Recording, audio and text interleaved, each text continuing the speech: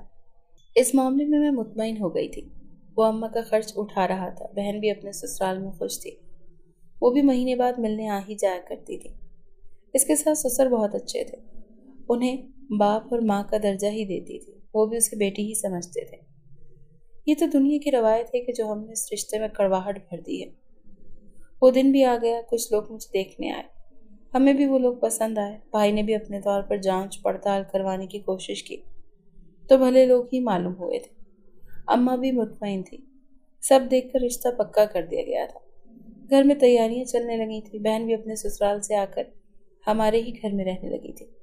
اماں کا ہاتھ بٹا دیا تھا، میں سارا دن کام پر لگی رہتی تھی، اپنی پھپھو کو بہت یاد کرتی تھی۔ میں نے ان کے ساتھ اچھا سلوک نہیں کیا تھا، میرا دل اندر سے خوف زدہ تھا، نہ جانے کیسے لوگ ہوں گے۔ اماں کی نصیحت وقتاً فوقتاً جاری رہتی تھی۔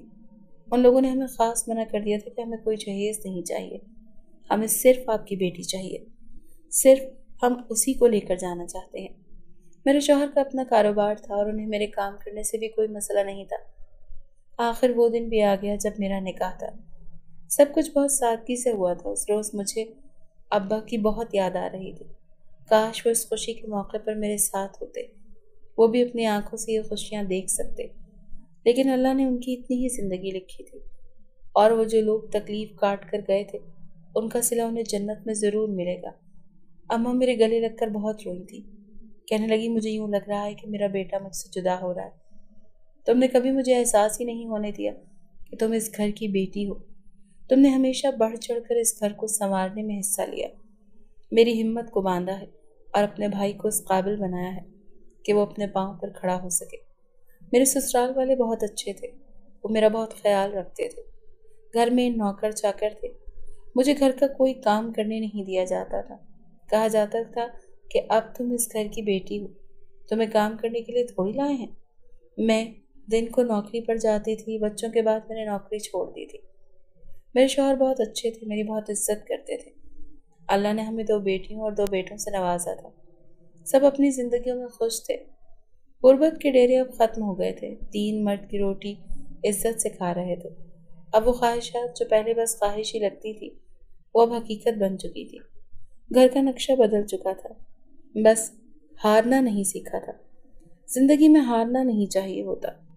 مجھے زندگی میں اتنی مشکلات دیکھنی پڑیں گی، لیکن اللہ نے مجھے ایسا جیون ساتھی دیا تھا جو میری ہر مشکل گھڑی میں میرے ساتھ رہتے تھے، جو مجھے سمجھتے تھے، جس کے ساتھ میری زندگی میں رنگ آ گیا تھا۔